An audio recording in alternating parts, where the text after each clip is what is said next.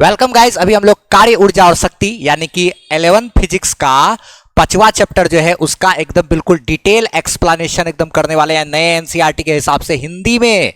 ठीक है, चाहे आप बिहार के बच्चे हो, कोई भी स्टेट बोर्ड के बच्चे हैं जो एनसीईआरटी के किताब से पढ़ते हैं, चाहे झारखंड हो, बिहार हो ना, यूपी हो, हरियाणा हो, असम हो, कहीं से भी हो, अगर आप हिंदी मीडियम से हैं तो ये वीडियो आपके लिए ही है।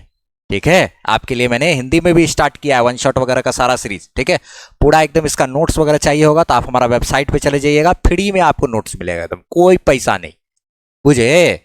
चलिए हम लोग स्टार्ट करते हैं। ठीक है, हमारा घर किधर है? पूर्णिया बिहार से हैं। स्टार्ट करते हैं, चलिए वन शॉट। कार्य ऊर्जा और शक्ति चैप्टर नंबर 5। ठीक है, work power, work energy power भी इसको कहते हैं। इसमें सबसे पहला टॉपिक एनसीईआरटी में जो है वो है अदिश गुणनफल। ठीक है, अदिश गुणनफल और सदिश गुणनफल, दो प्रकार का गुणनफल होता है सदिश राशि का, जिसके बारे में हम लोग चैप्टर नंबर 3 में एक बार पढ़ चुके हैं। ठीक है, तो हम लोग एनसीईआरटी के हिसाब से टॉपिक पढ़ेंगे, इसलिए अदिश राशि इसमें सबसे पहला टॉपिक दिया हुआ है तो उसको सबसे पहले हम लोग करेंगे। ठीक है, अदिश गुणनफल हम लोग थोड़ा बहुत पढ़े हैं इसके बारे में कि दो सदिश राशि इस प्रकार से दिया हुआ है, जैसे कि एक सदिश राशि है ये, एक सदिश राशि है ये, दो सदिश राशि है, दो सदिश राशि के बीच का कोण है थीटा। ठीक है, तो यहां पर जो अदिश गुणनफल है वो कैसे करते हैं, इसी को स्केलर प्रोडक्ट भी इंग्लिश में बोलते हैं और इसको डॉट प्रोडक्ट भी बोलते हैं। डॉट प्रोडक्ट मतलब डॉट वाला गुना। हाँ, तो इसको यहां पर भी पढ़ना है हमको। ठीक है, तो ये बोलते हैं, तो इसको किया कैसे जाता है, तो सदिश राशि ए और बी का बिंदु वाला गुना करेंगे ऐसे, डॉट प्रोडक्ट। इसी को हम लोग कहते हैं क्या, अदिश गुणनफल। समझते हैं जरा सा, ए डॉट बी करेंगे तो यह आएगा A B cos theta. A B trick नहीं है, डायरेक्ट ये याद रखना है इसका फॉर्मूला।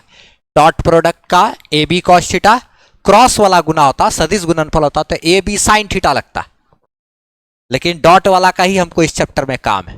अच्छा, इसको एक और तरीके से भी हम लोग पढ़ते हैं। अच्छा, और या फिर अगर इस तरीके से दिया रहे कि एक सदिश राशि ए बराबर 2i cap plus 3j cap plus 4k cap दिया हुआ है, और वेक्टर बी बराबर दिया हुआ है i cap minus 2j cap minus 3k cap, इस तरीके से दिया हुआ है।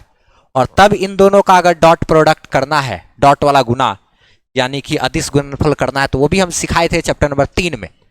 ठीक है, क्या सिखाए थे कि सदिश राशि ए और बी का डॉट करेंगे तो आपको इसके सामने वाला को इसके सामने से गुना करना होता है ना, आई जे के फॉर्मेट में दिया रहता है सदिश राशि सब, मतलब एक्स एक्सिस में 2, वाई एक्सिस में 3, जेड एक्सिस में 4 चलेंगे, तो उस तरीके से। तो ये सब हम लोग चैप्टर 3 में पढ़े हैं। तो इसका 2 के गुना इसके सामने वाला करेंगे, 2 गुना 1, उसके बाद प्लस 3 गुना माइनस 2 प्लस 4 गुना 3, इस प्रकार से क्या किया जाता है, डॉट प्रोडक्ट यानी कि अदिश गुणनफल करने का तरीका। ये सब चैप्टर 3 में भी पढ़ा हुआ है।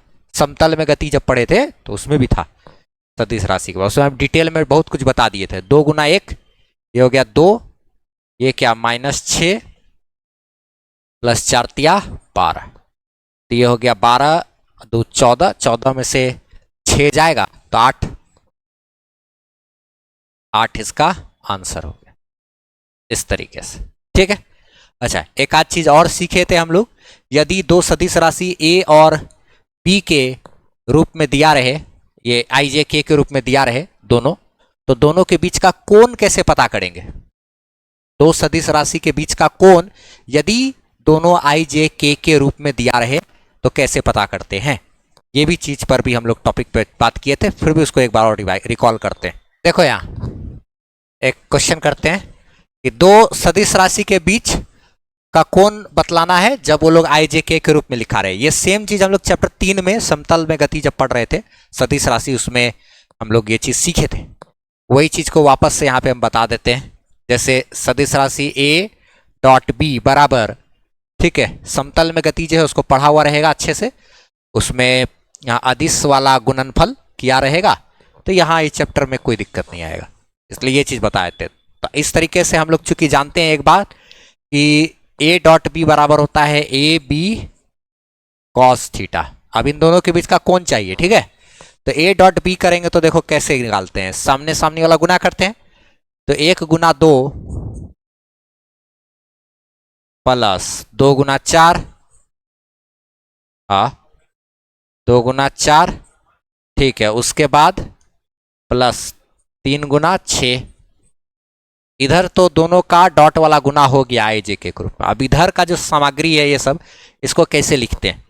ए का मतलब होता है इस सदिश राशि ए का मान। ए का मान कैसे निकालते हैं? तो रूट अंडर इसके सामने वाला का स्क्वायर यानी 1 का स्क्वायर प्लस इसके सामने का स्क्वायर प्लस इसके सामने का स्क्वायर, अच्छा गुना बी का मान लिखेंगे, हाँ सही बात, 2 का स्क्वायर प्लस 4 का स्क्वायर प्लस 6 का स्क्वायर गुना में यहां पे कॉस थीटा जस का तस, ठीक है। तो अब देखो तो ये कितना हो गया, 2 गुना 1 2 प्लस 8 प्लस क्या 6 6 18, ये तो 28 हो जाएगा ना। ये 1 प्लस 4 5 और 9 14, रूट अंडर 14, अच्छा ठीक है, गुना में 4 और 16 16 4 20 20 और 36 56, क्या इंटू कॉस थीटा। तो इधर देखो तो 18 2 20 8 28 बराबर ये क्या हो जाएगा, रूट अंडर 14 गुना में 14 चौके 56, यानी कि 4 गुना 14 इसको लिख सकते हैं ना, इंटू क्या कॉस थीटा। अच्छा इस 4 में से 2 बाहर आ जाएगा,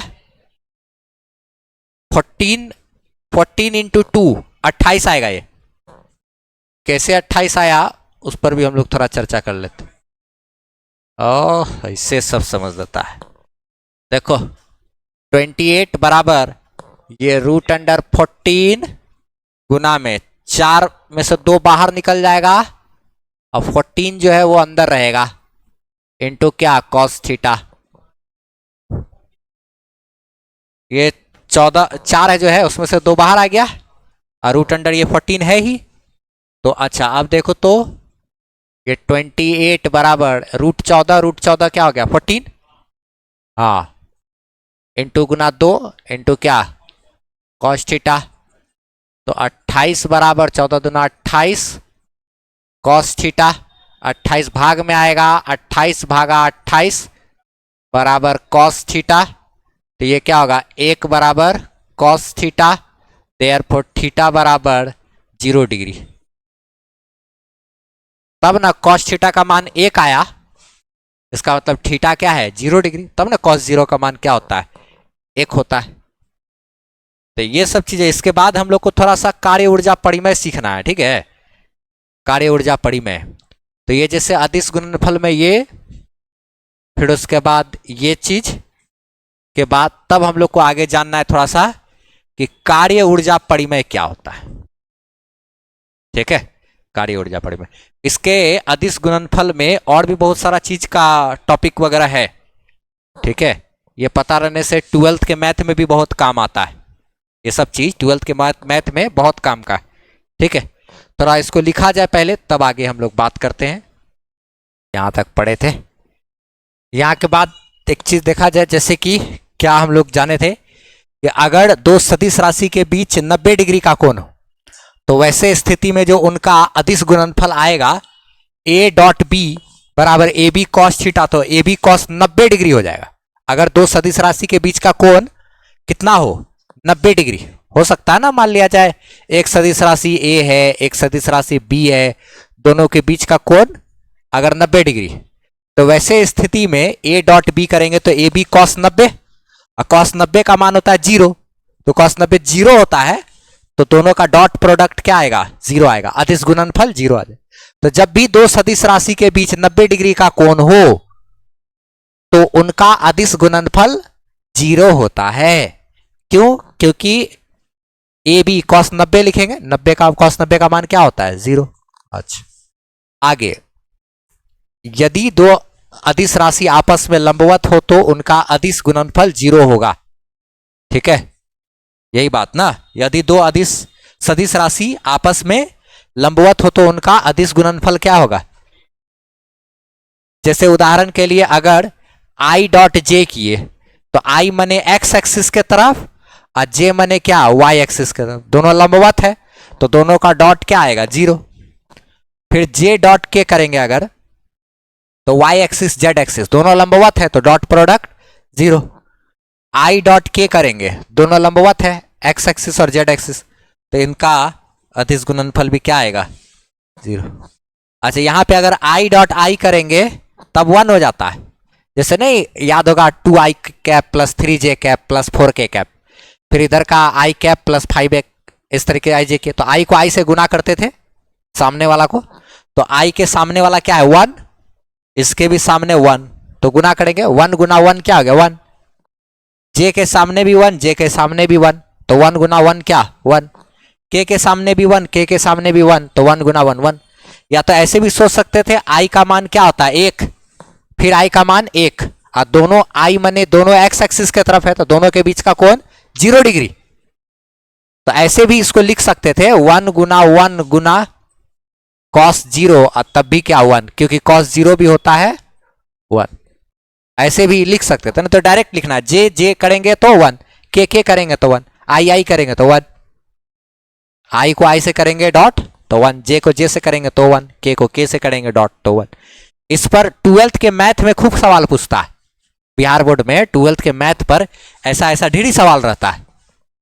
जे अगर हम लोग चाहे तो इस पर आधारित बना सकते हैं क्वेश्चन।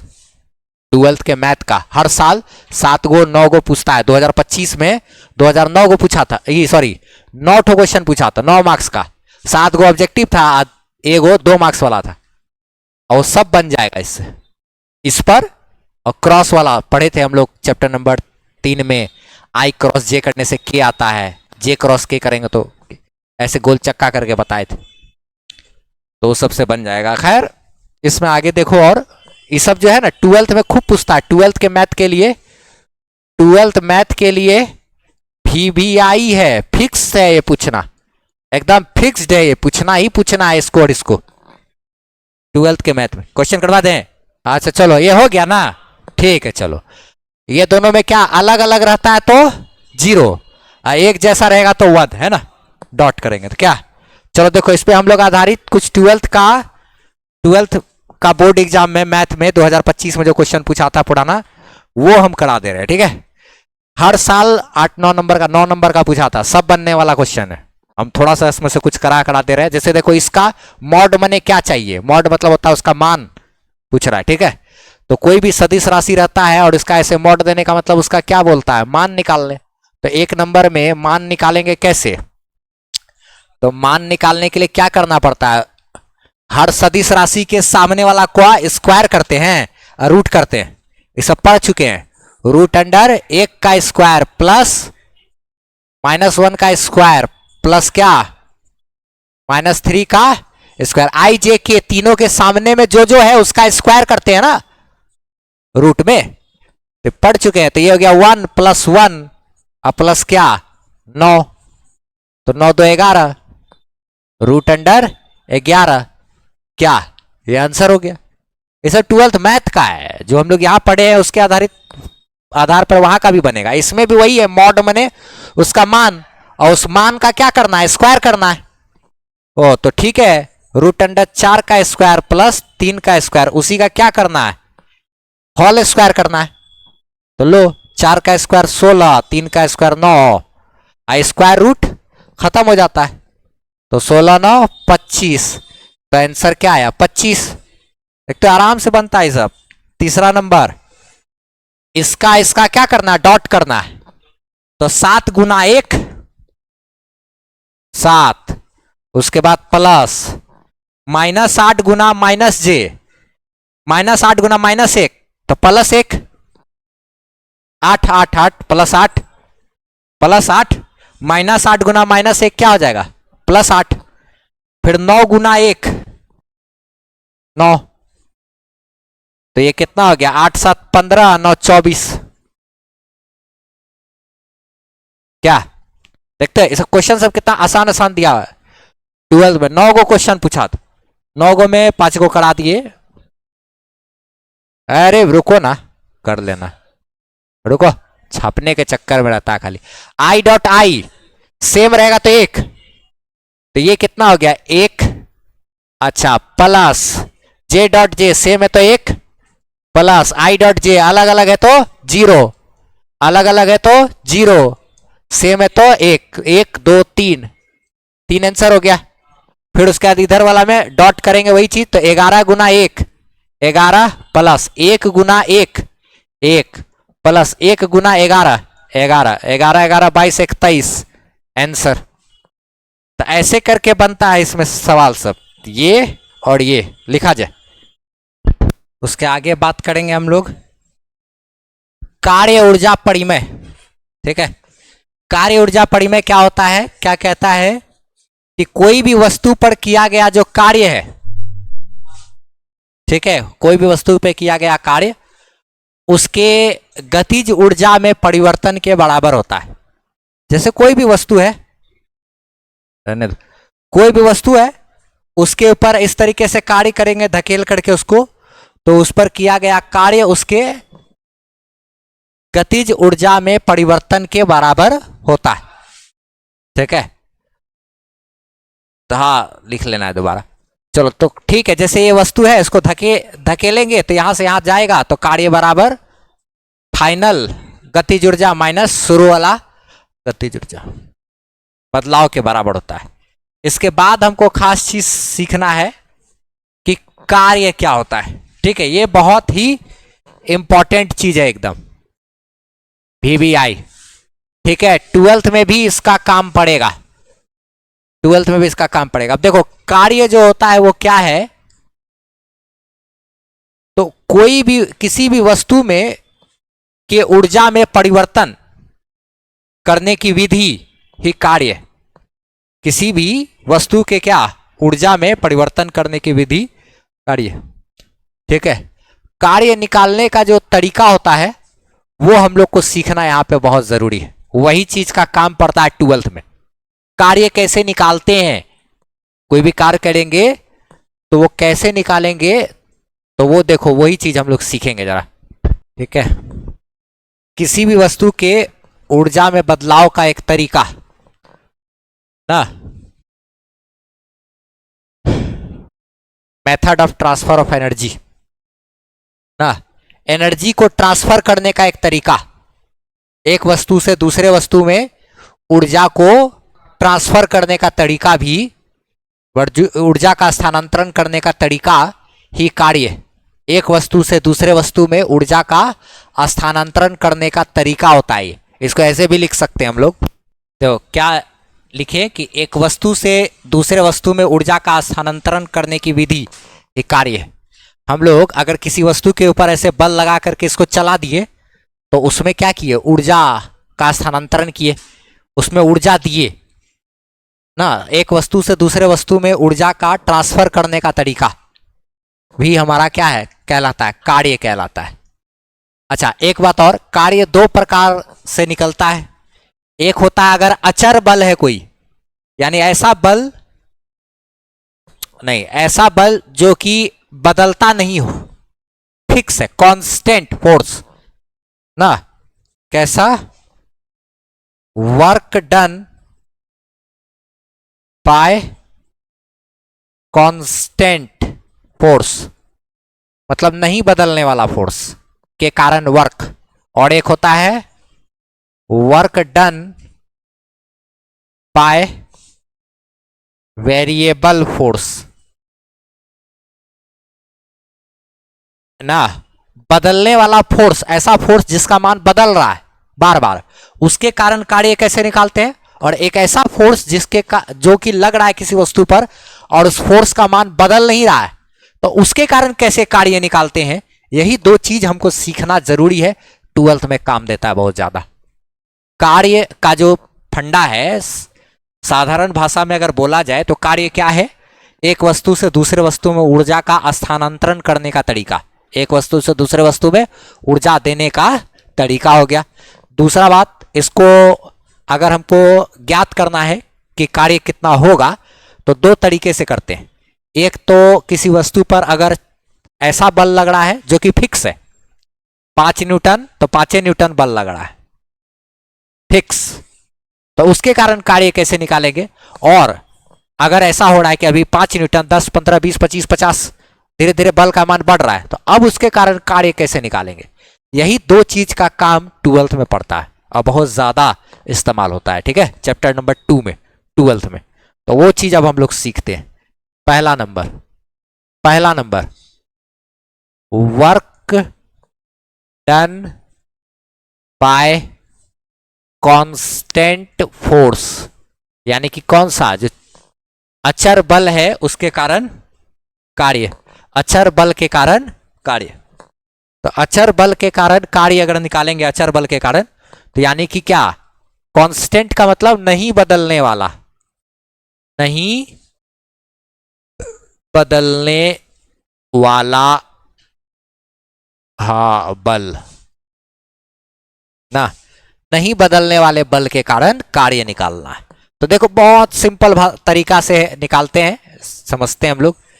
एक वस्तु है ऐसे यहां पर, और इस वस्तु में हम लोग इस तरफ बल लगाएं, F बराबर 20 न्यूटन, ठीक है, F बराबर 20 न्यूटन का बल लगाएं, ठीक।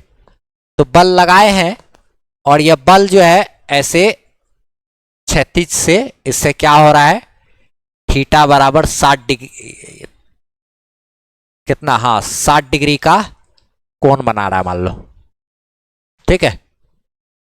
बल जो लगाए हैं वो इस लाइन के साथ कितना बना रहा है, 60 डिग्री का कोण। और इसका विस्थापन जो होगा इधर, बल यहां से विस्थापित होकर के x बराबर 5 मीटर चल गया, यहां से चल के यहां आ गया, बल यहां से यहां आ गया। तो विस्थापन तो इस तरफ हो रहा है ना, इधर ना विस्थापन हो रहा है, क्या विस्थापन इधर हो रहा है और बल इधर लग रहा है। बल और विस्थापन के बीच 60 डिग्री का कोण है, बल और विस्थापन के बीच कितना है, 60 डिग्री। तो जानते हो कार्य बराबर W, यानी कि क्या, कार्य, हाँ बल कार्य बराबर बल गुना विस्थापन तो पढ़े होगे लेकिन 9th क्लास में, लेकिन अब जो फॉर्मूला होता है, असल फॉर्मूला ये होता है, बल गुना विस्थापन गुना कॉस थीटा ना, यानी कि W बराबर FS कॉस थीटा या FX कॉस थीटा, बोलो एक के बात है। ये तो डॉट प्रोडक्ट है, डॉट वाला गुना है, देखो ना ये एक्चुअल में होता है ऐसा, W बराबर F डॉट X, ये डॉटे को ना तोड़ते हैं, इसी को तोड़ते हैं FX कॉस थीटा। तो कार्य कैसे निकलेगा, बल बराबर कितना, 20 न्यूटन, तो 20 लिख देंगे। x कितना डिस्टेंस चला है, डिस्प्ले 5, तो 5 को यहां लिख देंगे। कॉस थीटा दोनों के बीच का कोण है 60 डिग्री, तो ये हो गया क्या, कॉस 60 डिग्री। तो ये 20 पंचे 100 गुना कॉस 60 का मान 1/2, तो 50 जूल, जूल JOULE, 50 जूल इसका क्या हो गया आंसर, 50 जूल इस तरीके से आंसर निकाल ले। तो यहां तो तरीका आसान है, यहां पे अगर मान लिया जाए ऐसा स्थिति रहेगा, अगर कभी एग्जाम्पल में ऐसा सिचुएशन रहे, ठीक है, कि बल है इस तरीके से, इस तरफ लगा रहे हैं, मान लिया जाए ऐसे, कभी कभी देखते होगे कि वस्तु में नीचे की तरफ गुरुत्वाकर्षण बल लग रहा है, mg, कुछ भी mg या कोई भी बल लग रहा है नीचे की तरफ 20 न्यूटन का, ठीक है, और वस्तु को लोग ऊपर की तरफ लेके जा रहा है, विस्थापन इधर हो रहा है, विस्थापन x बराबर 5 मीटर, बल इधर लग रहा है, गुरुत्वाकर्षण का बल। ये कौन सा बल का बात कर रहे हैं? गुरुत्वाकर्षण का बल नीचे लग रहा है, और लेकिन वस्तु फिर भी ऊपर जा रहा है। लिफ्ट में ऐसा होता है, लिफ्ट में हम लोग खड़े रहते हैं तो नीचे की तरफ गुरुत्वाकर्षण का बल लगता है, लेकिन फिर भी वस्तु ऊपर जा रहा है। तो वहां पर इसके कारण जो कार्य होगा, कार्य बराबर एफ एक्स कॉस थीटा। तो कार्य बराबर फोर्स का मान इधर नीचे लग रहा है 20 और डिस्टेंस ऊपर चला है 5। इस बार जो कोण है वो 180 डिग्री है। काय कि बल नीचे अब विस्थापन ऊपर, दोनों लाइन उल्टा दिशा में रहेगा तो कोण कितना 180। जब दो लाइन उल्टा दिशा में रहता है तो कोण 180 रहता है। cos 180 का मान होता -1। तो कार्य बराबर 20 पंचे 100 गुना -1, इसीलिए कार्य बराबर -100 जूल। कार्य हमारा नेगेटिव में भी आता है, कार्य हमारा माइनस में आएगा। ठीक है, तो यहां पर तो ठीक है, चलो ऐसे ऐसे हम लोग करेंगे। लेकिन हम लोग को जानते हैं 12th में ये वाला भी काम आता है, और 12th में ये अचर बल वाला जो है, यानी कि बदलने वाला बल के कारण उसमें ना इंटीग्रेशन करना पड़ेगा। कितने लोग को इंटीग्रेशन आता है? थोड़ा सा भी? कोई खतरनाक नहीं रहता, सब बच्चे वाला। लेकिन किया हुआ कुछ तो आना चाहिए ना, कुछ भी नहीं पता रहेगा तो कैसे होगा? पहले ये लिखा जाए तब उसको करना है हम लोग को। अब हम लोग को जो चर बल है उसके कारण कार्य निकालना है। चर बल कहने का मतलब एक ऐसा बल जो समय के साथ बदल रहा है, उसके कारण अगर बल निकालना है तो कैसे निकालेंगे। ठीक है, ये चीज 12th के चैप्टर नंबर 2 में बहुत ज्यादा काम आता है। ठीक है, इसको समझने के लिए हर एक स्टूडेंट को इंटीग्रेशन यानी कि समाकलन का जानकारी होना चाहिए। ठीक है, और समाकलन के बारे में पहले भी चैप्टर नंबर 2 11th के चैप्टर नंबर 2 में एक बार इस्तेमाल हम लोग कर चुके हैं, सीख चुके हैं कई बार। ठीक है, एक बार फिर से हम थोड़ा सा बता देते हैं ताकि कुछ बच्चे का अगर छुटा उटा हो या कुछ भी तो वो हो जाए। समाकलन का हमको काम पड़ेगा का रिवीजन, समाकलन का रिवीजन करा रहे हैं। ठीक है, समाकलन का रिवीजन। देखो, हाँ, समाकलन को अंग्रेजी में कहते हैं इंटीग्रेशन। ठीक है, कहीं भी बोलना तो इंटीग्रेशन नहीं बोलना। ठीक है, मैथ में तो थोड़ा बहुत इंग्लिश हल्का चल जाएगा। चलो देखो, इसको करना क्या होता है, जैसे कि अगर मान लिया जाए कहीं भी दे दिया है इस तरीके से x का पावर 3 है। ठीक है, बोलेगा कि इसका समाकलन का ये चिन्ह हो गया, समाकलन कीजिए 2 से लेकर के 5 तक, या 1 से लेकर के 2 तक, 1 से लेकर के 2 तक, ऐसे करके इधर dx लिख देगा, ऐसे करके लिखा रहेगा। बोलेगा क्या कि इसका मान बताइए, इतना बराबर कितना। इंटर में, मैथ में, 12th में मैथ में ऐसा ऐसा सवाल पूछता है, ऑब्जेक्टिव में पूछता है, ऐसा 4-5 ठो मिलेगा। ठीक है, लेकिन हम लोग को फिजिक्स में इसका काम है, इसलिए हम लोग को जानना है। तो ऐसा चीज दिया रहे ना तो उसको करना कैसे होता है समझो। एकदम मैथ है, बढ़िया से खाली समझने पे ध्यान देना है। क्या करना है, ये क्या dx, इसका मतलब ये हुआ, ये कहना ये चाह रहा है, ये कहना चाह रहा है कि x क्यूब का इंटीग्रेशन करना है। dx मतलब ना, dx का मतलब हो जाता है x के, x के हिसाब से जहां x का न्यूनतम मान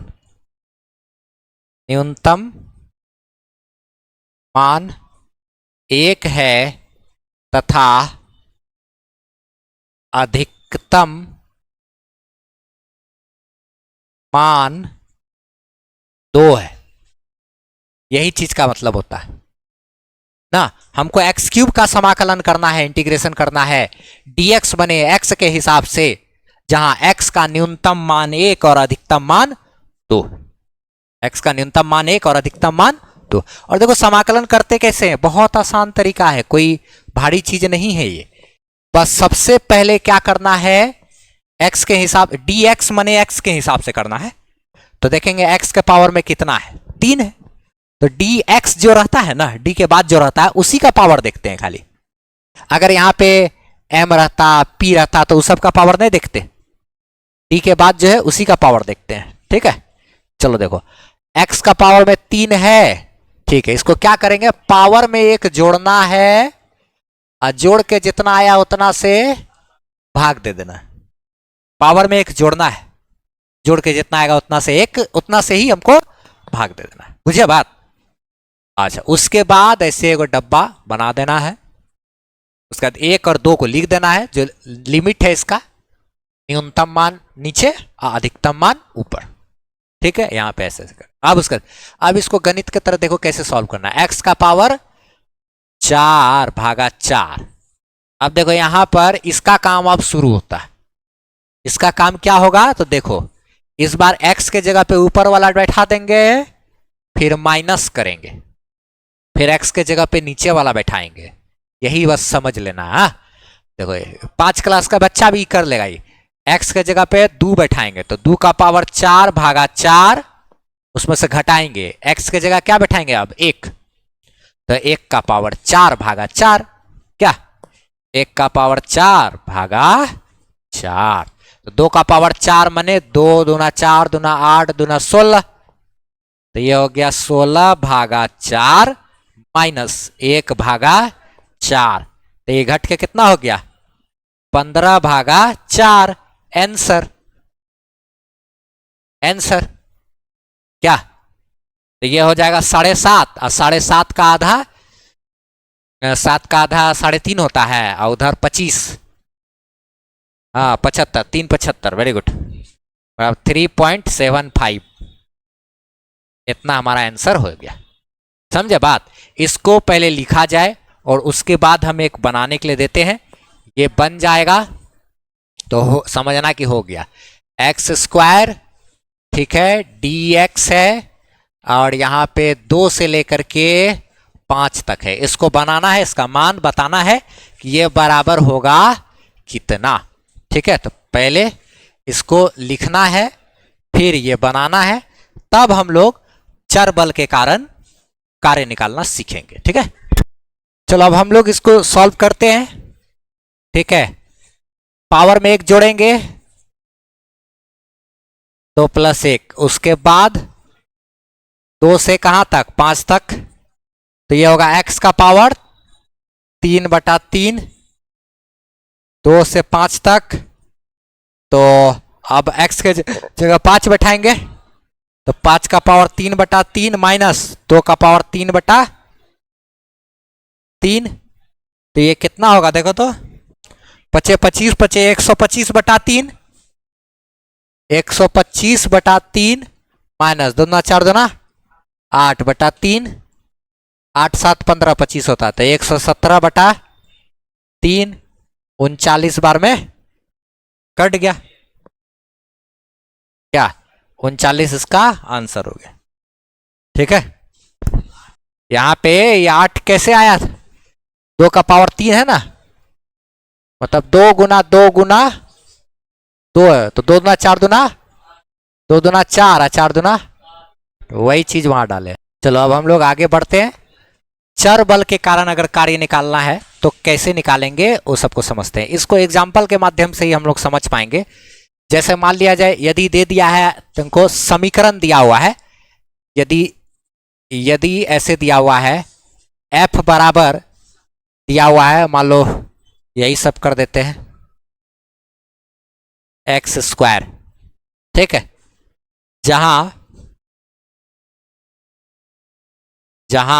f बराबर बल तथा x बराबर दूरी है, ठीक है, तो वस्तु को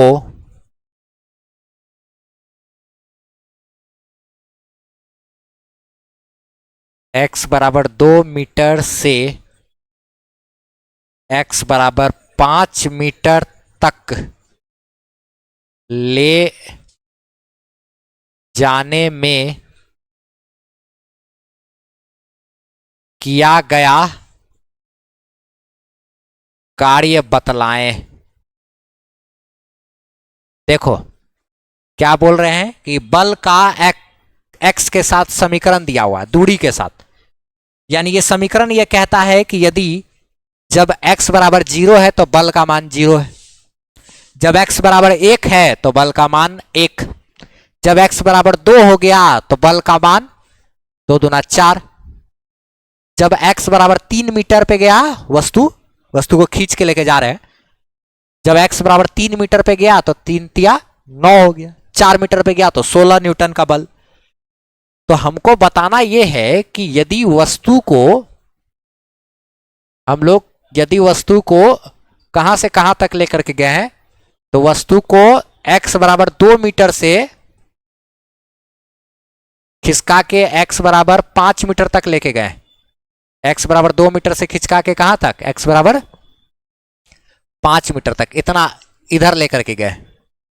x बराबर कहां से, 2 से 5। पहले से ये x बराबर 2 मीटर पे था, फिर उसको x बराबर कहां तक लेके गए, 5 मीटर तक।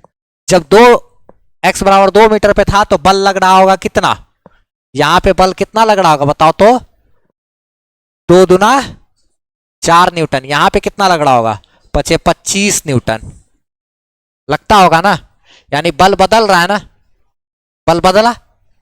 तो जब बदल रहा है बल, तो वैसे स्थिति में हम लोग जो कार्य का फॉर्मूला लगाते हैं, कार्य यानी कि W बराबर, देखो इसमें क्या लगता है फॉर्मूला, क्या करना है सुनो, इंटीग्रेशन करना है f और dx का। अब इसको कैसे कैसे क्या करेंगे, डॉट प्रोडक्ट है, ये क्या है इसको समझते हैं। तो ये तो हमारा बल है, ये है छोटा सा विस्थापन, छोटा सा विस्थापन। इन दोनों का देखो डॉट वाला गुना है, डॉट वाला गुना का मतलब होता है F D x cos theta. ध्यान से समझो, बहुत इंपॉर्टेंट चीज है ये, F D x cos theta. तो डब्ल्यू बराबर F D x cos theta, ये फॉर्मूला होता है नॉर्मल कार्य का। कार्य अगर इस तरीके से हो, बदल रहा हो, तो ऐसे स्थिति में हम लोग जो फॉर्मूला इस्तेमाल करते हैं वो कार्य का फॉर्मूला होता है कितना, F D x cos theta. जो एफ डॉट डी एक्स रहता है उसी को इतना लिखते हैं। अब इसका मतलब एफ का समाकलन करना है dx माने x के हिसाब से, और f का मान यहां क्या दिया हुआ, एक्स स्क्वायर, तो यानी कि एक्स स्क्वायर dx लिखा हुआ है। और x का मान कहां से कहां तक है, 2 मीटर से 5 मीटर। अच्छा, इसमें जो बल लगा रहे हैं, देखो तो बल x के तरफ लगा रहे हैं, तब x एक्सिस में है ना, और वस्तु उधर ही जा रहा है 2 से 5, 2 से कहां 5, तो यानी कि बल और विस्थापन दोनों एक ही दिशा में है। तो यहां पे ये जो थीटा है वो थीटा क्या है बताओ तो, यहां थीटा बराबर बल तथा विस्थापन के बीच का कोण है, कोण, ठीक है। थीटा बराबर क्या, बल तथा विस्थापन के बीच का कोण। तो बल और विस्थापन का यहां पर, तो यहां उदाहरण में देखो तो थीटा बराबर 0 डिग्री है। थीटा बराबर 0 डिग्री का मतलब देखो तो x के तरफ बल लग रहा है, वस्तु x के तरफ जा रहा है। अक्सर ऐसा वाला केस में ये cos थीटा 0 रहता है, तो इसी को हम लोग लिखेंगे कार्य बराबर F D x cos 0। Cos 0 क्या होता है 1, तो एफ डी एक्स, ये तो cos 0 क्या 1 हो गया। तो खाली ये भी फॉर्मूला अक्सर ज्यादातर यही चलता है, अक्सर बल जिधर उधर ही विस्थापन अगर रहेगा तब तो यही फॉर्मूला खाली लगाए। इसमें cos थीटा क्या हो गया 0 डिग्री। कभी कभी 12th में जब एगो डेरिवेशन करेंगे 5 मार्क्स वाला, तो उसमें थीटा 180 डिग्री होता है, वहां पर, तो cos 180 का मान होता -1, तो वहां पे -1 आएगा। तो खैर वो तो जब आएगा तब आएगा, लेकिन यहाँ पे जो जनरल फॉर्मूला है वो ऐसे, पहले हमको देखना पड़ेगा कि बल और विस्थापन के बीच का कोण कितना है। अक्सर 99% केस में, 99% केस में दोनों एक के दिशा में होता है और दोनों के बीच का कोण 0 डिग्री होता है 99% केस में। तो cos 0 क्या हो गया 1, तो खाली यही बचा। तो इसको जरा ठीक से लिखो तो देखो तो कार्य हमारा, और x का मान कहां से कहां तक है उसको बैठाना पड़ेगा, xi से लेके xf तक।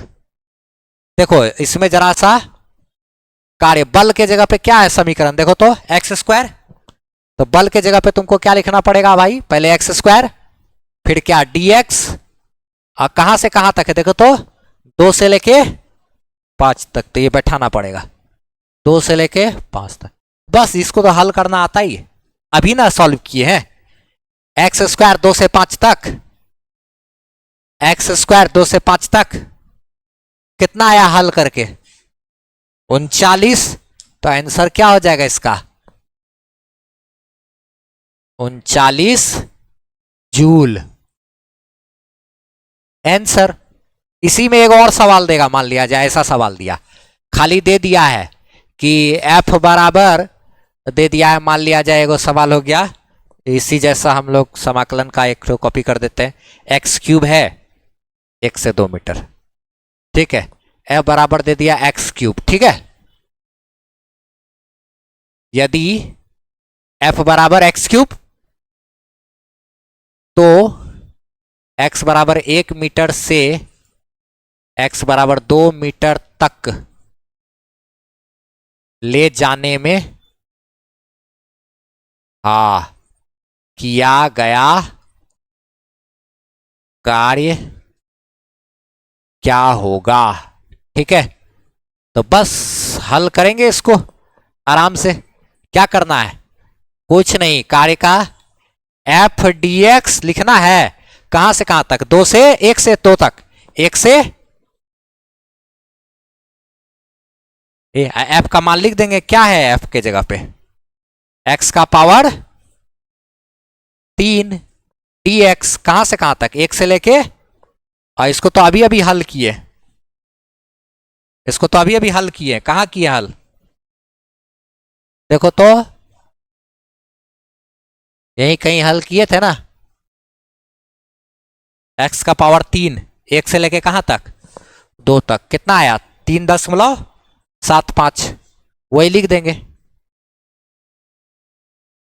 तो ये आ जाएगा कितना, कार्य बराबर 3.75 जूल आंसर। खाली क्या करना है, बल का जो समीकरण दिया हुआ है ना उसको लिख देना है, बगल में dx लिखना है, लिमिट बैठा देना है, हल कर देना, इंटीग्रेशन सब वही है, खाली समाकलन है और कुछ है कहां, खाली इसमें समाकलन करना है बस, ठीक है। तो ये चर बल के लिए पहले हम लोग समाकलन वाला ये पढ़े, फिर ये समाकलन का चीज सीखे, फिर चर बल में खाली बताएं कि x² जो f का बराबर जितना दिया रहेगा ना उसका खाली इंटीग्रेशन कर देना, f बराबर जितना दिया रहेगा खाली f का क्या करना है, बल का खाली इंटीग्रेशन कर देना, हो गया।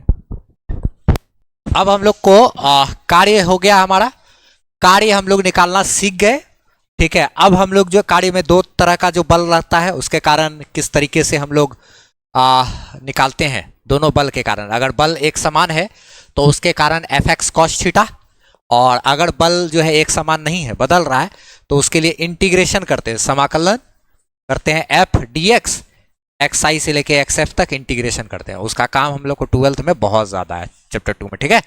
अच्छा, अब हम लोग जो है ऊर्जा पर बात करते हैं, इसके बारे में भी हमको अगर जानकारी एकदम होना चाहिए अच्छे तरीके से, ये भी 12th में काम आता है, ठीक है। बहुत इंपॉर्टेंट चैप्टर है ये, कार्य, ऊर्जा और शक्ति। इसमें हम लोग बात करेंगे कि ऊर्जा क्या होता है, किसी भी कार्य को करने का जो क्षमता है वही क्या है, ऊर्जा है ना। हर व्यक्ति के पास अलग अलग क्षमता है, हर व्यक्ति के पास अलग अलग ऊर्जा है किसी चीज को करने के लिए, जैसे बैटरी वगैरह है उसका भी अपना अपना ऊर्जा रहता है कोई काम को कर पाने का, जैसे कोई बैटरी है इस्तेमाल किए लगाते हैं तो किसी से ज़्यादा समय तक कोई मोटर वगैरह चला सकते हैं या किसी से कम समय तक चलता है, सबका अपना अपना अलग अलग ऊर्जा।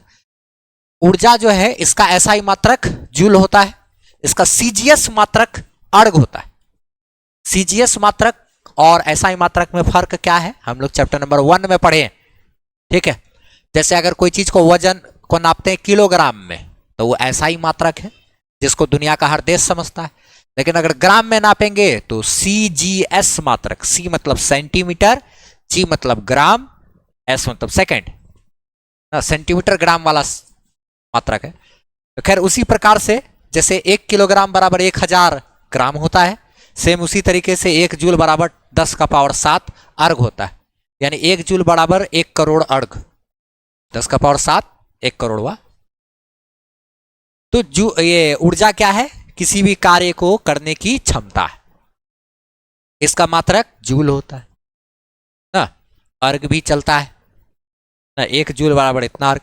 कैलोरी वगैरह भी हम लोग इस्तेमाल करते हैं, कैलोरी भी इस्तेमाल करते हैं।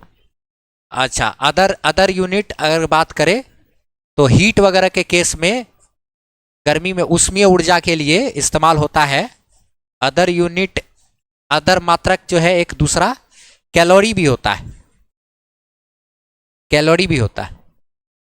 उसमें ध्यान रखना है कि 1 कैलोरी बराबर 4.2 जूल, 4.2 जूल होता है। 1 कैलोरी बराबर 4.2 जूल। कभी कभी सुने होंगे कोई चीज का डब्बा होता है ना, जैसे मिठाई उठाई ये सब, तो नहीं कोई अच्छा सा पैकेजिंग वाला कोई डब्बा हो जो कंपनी वगैरह का हो, उसमें लिखा रहता है ये चीज इतना कैलोरी, इतना कैलोरी ये रहता है, और उसके बाद फैट लिखा रहता है, फिर शुगर लिखा रहता है, इसमें इतना शुगर है, इतना % शुगर, इतना कैलोरीज इतना रहता है, ये सब सारा चीज सब कुछ लिखा रहता है। तो उसका मतलब उसमें कितना एनर्जी देने का क्षमता है, वो सब चीज। खैर इसका अगर बीमा का बात करें तो जो कार्य का बीमा है वही इसका भी बीमा होता है। कार्य का बीमा सब, ये सब चीज हम लोग चैप्टर नंबर 1 में पढ़े थे। बीमा जिसका नहीं किया उस बीमा उसको करना पड़ेगा। बीमा बहुत इंपॉर्टेंट चीज है, बीमा आना चाहिए, 12th में पूछता है बीमा, ठीक है। जिसका छूटा हुआ भी होगा उसके लिए एक बार बीच में एक बार हल्का हल्का बता देंगे, बस थोड़ा सा हो जाएगा, 5 मिनट में तो बीमा कहानी खत्म। चलो देखो, कार्य तथा ऊर्जा का मात्रक बीमा सब एक समान होता है। कार्य और ऊर्जा दोनों का मात्रक एक समान, कार्य का भी जूल, ऊर्जा का भी जूल ना। अच्छा ठीक, ऊर्जा का प्रकार बहुत सारा है। एक तो यांत्रिक ऊर्जा है, पवन ऊर्जा, विंड एनर्जी बोलते हैं, हवा के कारण, पवन ऊर्जा, प्रकाशीय ऊर्जा, नाभिकीय ऊर्जा ना, बहुत सारा चीज टाइप का ऊर्जा होता है। ऊर्जा का प्रकार, विद्युत ऊर्जा, चुंबकीय ऊर्जा, ढेर सारा इत्यादि ना। अच्छा, फिर उसमें से हमको पढ़ना है एक तो छोटा सा चीज, क्या यांत्रिक ऊर्जा क्या होता है। यांत्रिक ऊर्जा को मैकेनिकल एनर्जी बोलते हैं। यांत्रिक ऊर्जा सबके बारे में पता होना चाहिए। देखो क्या है कि जैसे जीके जीएस में, जीएस है ना जनरल साइंस, जिसको जैसे दरोगा वाला फॉर्म भरे, या एसएससी, यूडीसी, एलडीसी, ढेर सारा फॉर्म, बीपीएससी, ढेर सारा। बीपीएससी में भी प्री एग्जाम होता है ना, यूपीएससी का भी एग्जाम होता है, तो उसमें प्री होता है तब मेंस होता है। तो जो प्री एग्जाम होता है उसमें जनरल साइंस पूछता है ना। तो जैसे यूपीएससी सब में भी 3 गो एग्जाम होता है। एगो पहले ऑब्जेक्टिव वाला नॉर्मल एग्जाम होगा पहले, फिर एगो प्री के बाद एगो मेंस होगा, उसमें फिर उसके बाद तब इंटरव्यू होता है। तो जो प्री वाला है ना, वो सब में ये सब टाइप का क्वेश्चन रहता है।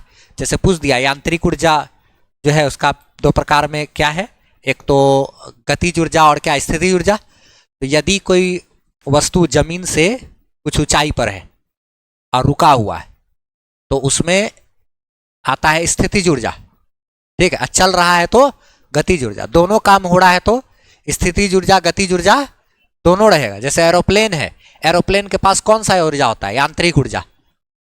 नीचे से ऊपर है तो क्या है, हाँ, ऊंचाई के कारण उसमें स्थितिज ऊर्जा भी होता है और गतिज ऊर्जा भी होता है। बहुत सारा चीज ऐसे करके उदाहरण देके पूछता भी है, ठीक है। हम देखे हैं, क्वेश्चन था, कोई तैयारी कर रहा था फ्रेंड मेरा, तो ये दिखाया ऐसे ऐसे, तब कुछ पूछा तो हम देखे तो उसमें समझ में आया।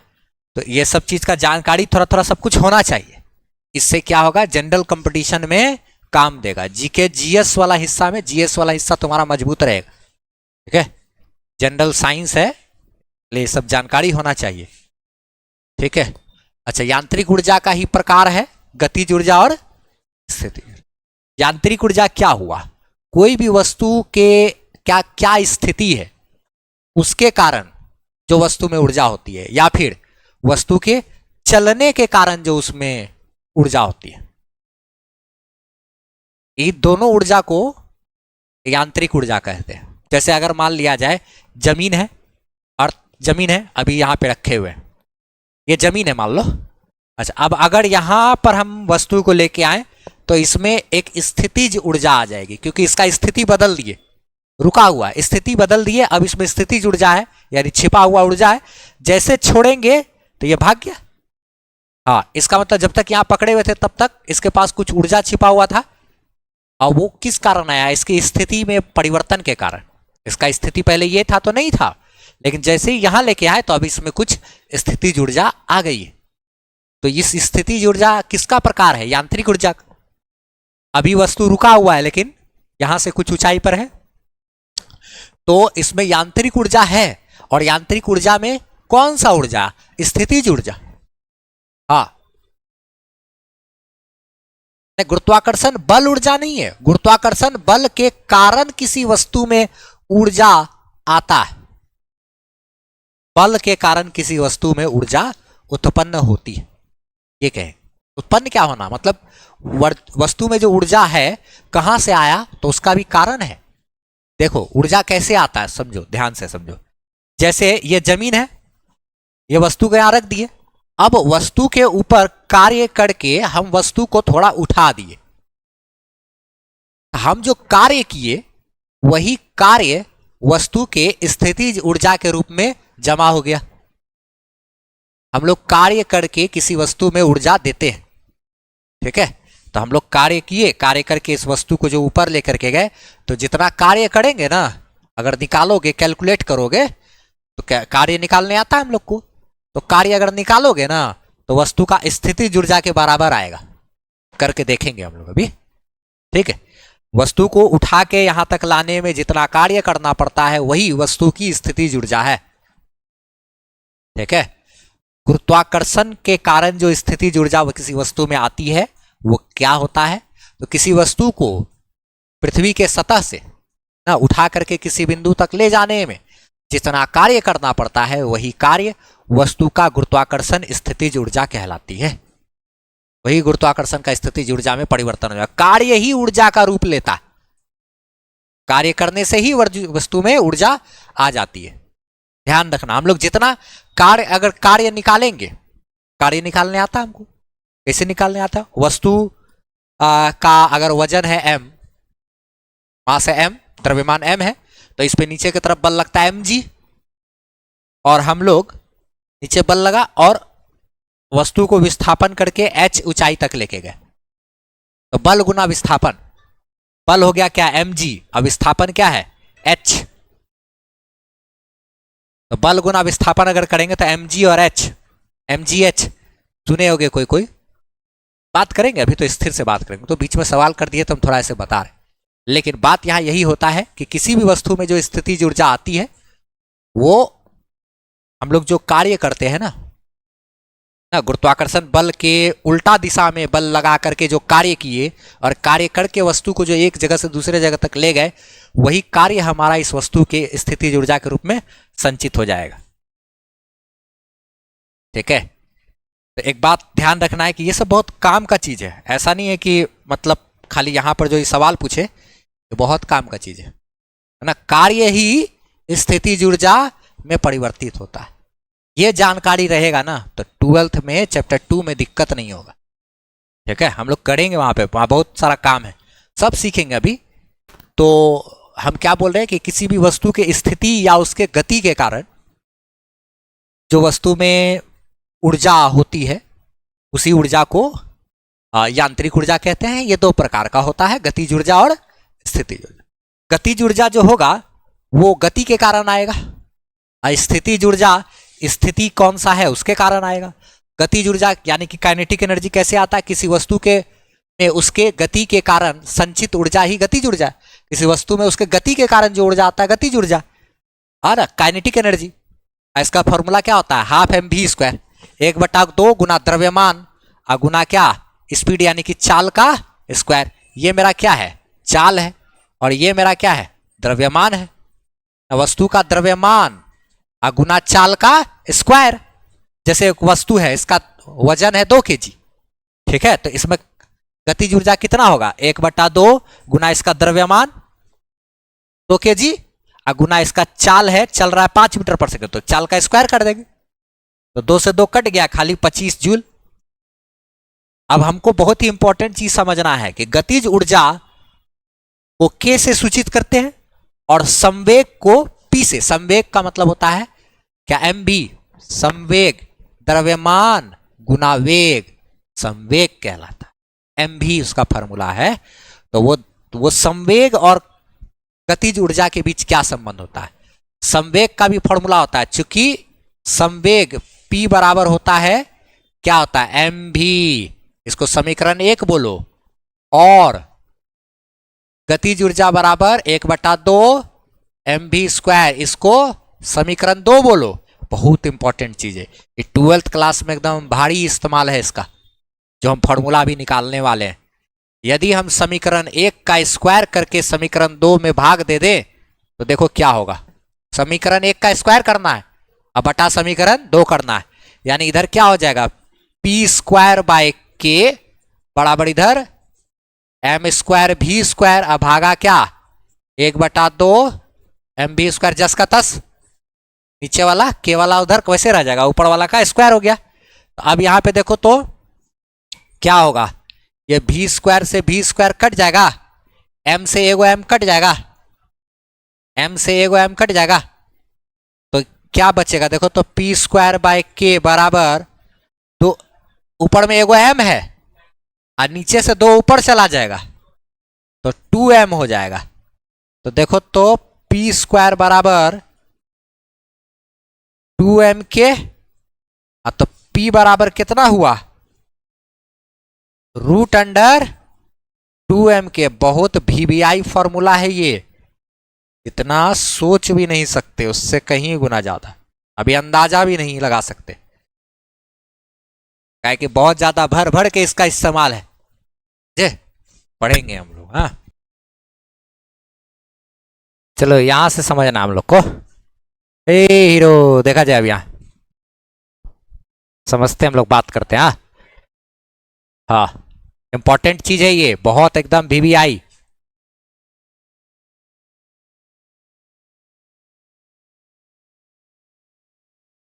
ये चैप्टर 2 है, 12th का चैप्टर 2 में ये काम आएगा। है चलो देखो, देखते हैं हम लोग, हम बात करते हैं। स्थितिज ऊर्जा क्या होता है हम लोग समझते हैं, ठीक है। हम लोग जाने थे यांत्रिक ऊर्जा के बारे में।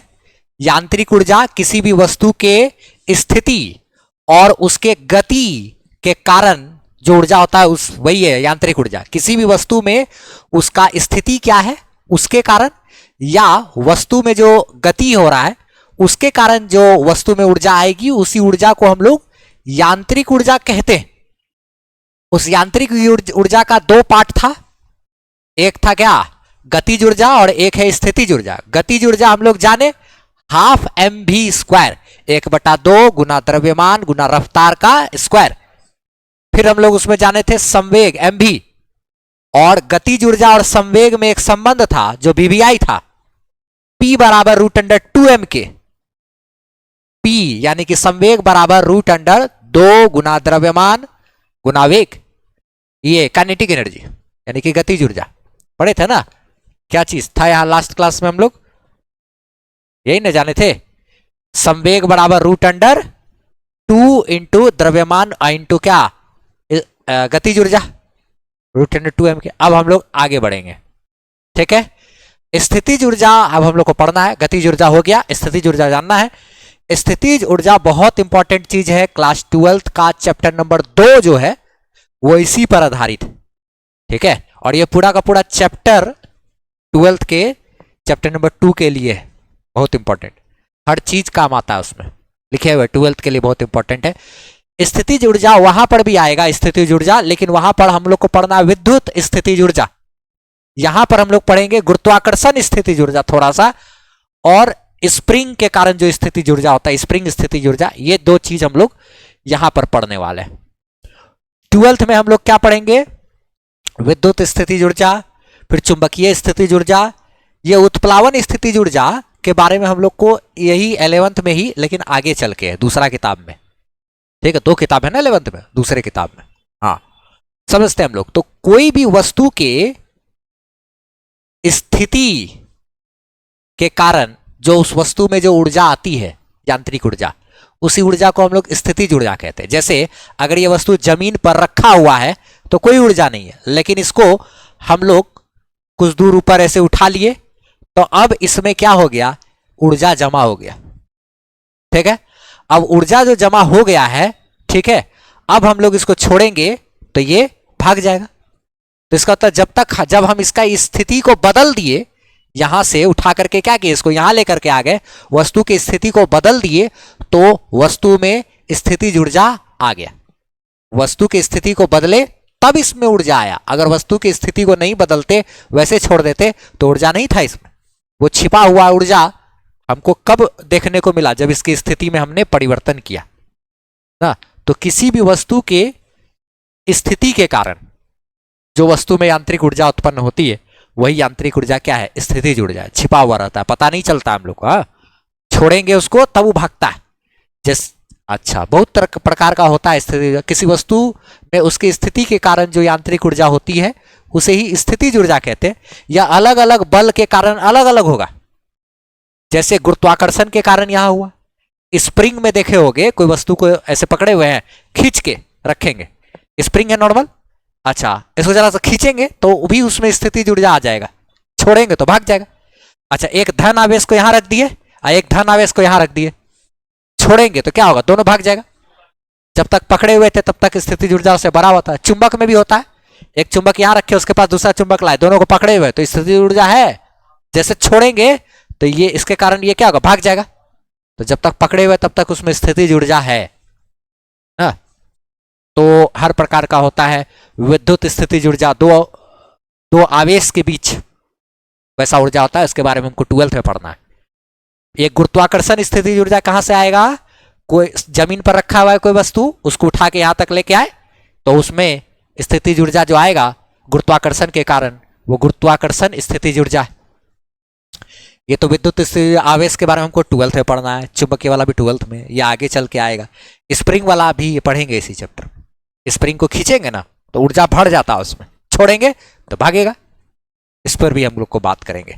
बहुत इतना सारा ये प्रकार है किसका, स्थितिज ऊर्जा का ना। गुरुत्वाकर्षण स्थितिज ऊर्जा, विद्युत स्थितिज ऊर्जा, चुंबकीय स्थितिज ऊर्जा, उत्प्लावन स्थितिज ऊर्जा, स्प्रिंग पोटेंशियल यानी कि स्प्रिंग स्थितिज ऊर्जा, इसको प्रत्यास्थ स्थितिज ऊर्जा भी कहते हैं। प्रत्यास्थ का मतलब हो गया जैसे कि अच्छा गुलेल वगैरह में होता है ना, गुड़देल वगैरह जो होता है पकड़े हुए हैं, उसको भी खींचेंगे तो उसमें भी ऊर्जा बढ़ गया, छोड़ेंगे तो भागेगा। वही प्रत्यास्थ मतलब यही छोड़ने वाला जो चीज हुआ, फेंकने वाला, प्रक्षेप करते हैं जो।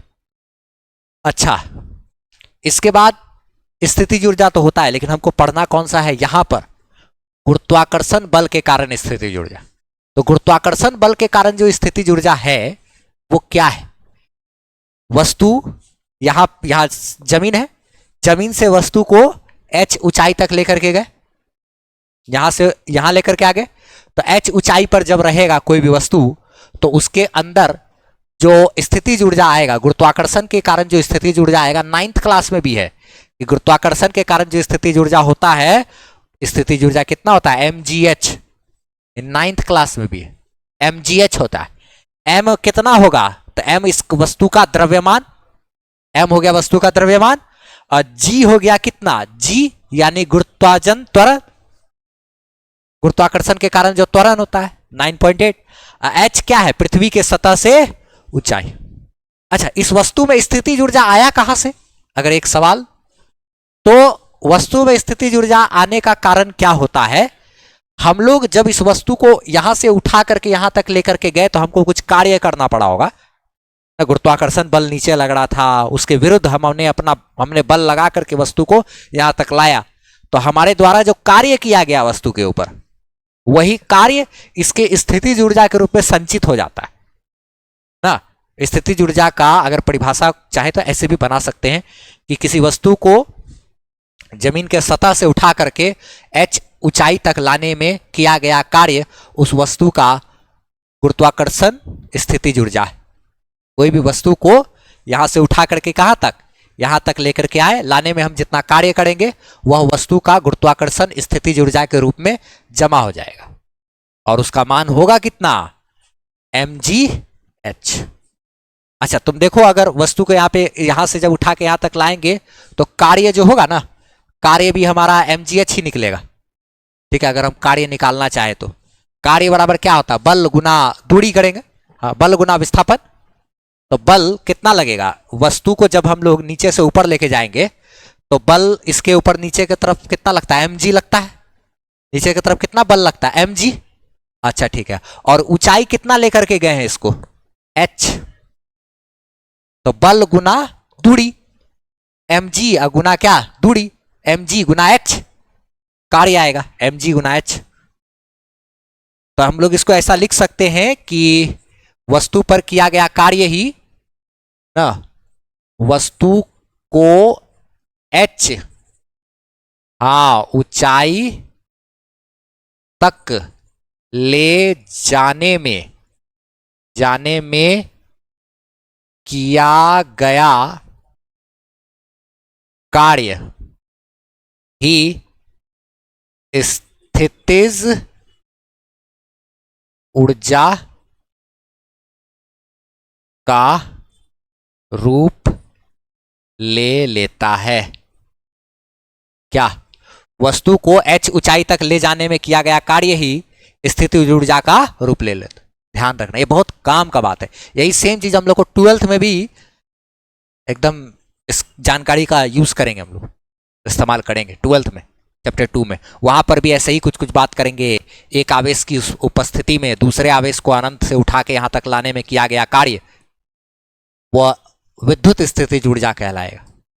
तो वो सब हम लोग 12th में पढ़ेंगे। हाँ, यहाँ पे फिलहाल हम लोग इतना जानते हैं। अच्छा, नॉर्मल है तो कितना हो गया ये, इस h ऊंचाई पर अगर कोई वस्तु है तो उसमें स्थितिज ऊर्जा कितनी होगी भाई, mgh। m यानी कि द्रव्यमान, g का मान 9.8, h क्या हो गया, ऊंचाई। जितना ज्यादा ऊंचा लेके जाएंगे उसमें स्थितिज ऊर्जा उतना ज्यादा हो जाएगा। छोड़ेंगे तो जब नीचे जमीन पे गिरेगा तो उतना ज्यादा आघात करेगा जमीन में, है ना। अच्छा, ये एक बात। अच्छा देखो, कभी अगर कोई बंदूक से गोली चलाता है, ठीक, अगर ऊपर आसमान में छोड़ा, ऊपर गया, तो जब ऊपर गया उसके बाद ऊपर जाने में नीचे भी तो आएगा।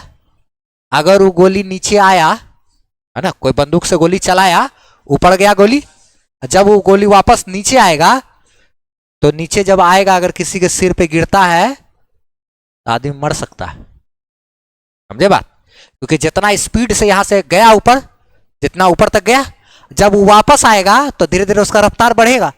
बढ़ते बढ़ते इस ऊंचाई पर जब आएगा तो उतने रफ्तार से पकड़ा रहेगा। जितना यहां से कोई भी वस्तु को जब ऊपर फेंकेंगे ना, तो जितना रफ्तार से ऊपर जाता है उतने रफ्तार से फिर वापस आते आते आते आते यहां पर फिर उसका रफ्तार उतने हो जाएगा। जैसे अगर किसी को 100 मीटर प्रति सेकंड से फेंके, ऊपर गया, जाते आते आते स्लो हो गया, रुक गया, अब वापस आ रहा है, और जब वापस आएगा तो आते आते धीरे धीरे उसका रफ्तार बढ़ेगा ना।